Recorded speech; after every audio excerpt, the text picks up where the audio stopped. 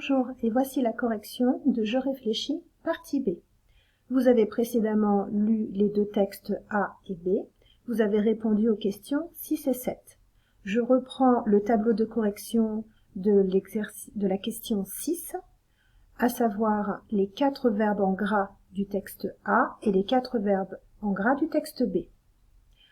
À remarquer que dans cette question, vous avez été obligé de recopier des verbes qui étaient déjà à l'infinitif.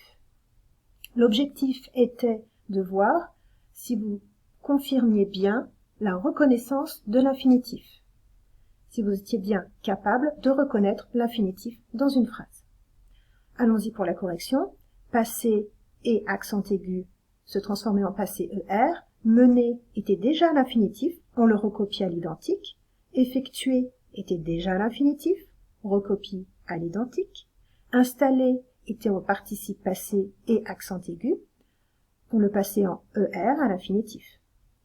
Texte B, vous aviez vécu, qui est au participe passé, du verbe à l'infinitif vivre. Conduire était déjà à l'infinitif, il fallait le recopier. Faire était déjà à l'infinitif, il fallait le recopier. Mis était au participe passé, son infinitif étant maître. On remarquera également que dans le texte A, nous avons des verbes du premier groupe et dans le texte B, nous avons des verbes du troisième groupe. Les verbes du premier groupe du texte A sonnent pareil lorsque vous les passez du participe passé à l'infinitif. Mener en participe passé prendra un « et effectuer prendra un « et après le « u ». Tandis que dans le texte B, les 4 verbes sont bien différents lorsque l'on passe du participe passé à l'infinitif ou inversement. Vécu, vivre, conduit, conduire, fait, faire, mis, mettre. Nous allons répondre maintenant à la question 7. En quoi remplacer un verbe du premier groupe par un verbe du troisième groupe peut-il t'aider à savoir si le verbe est au participe passé ou à l'infinitif?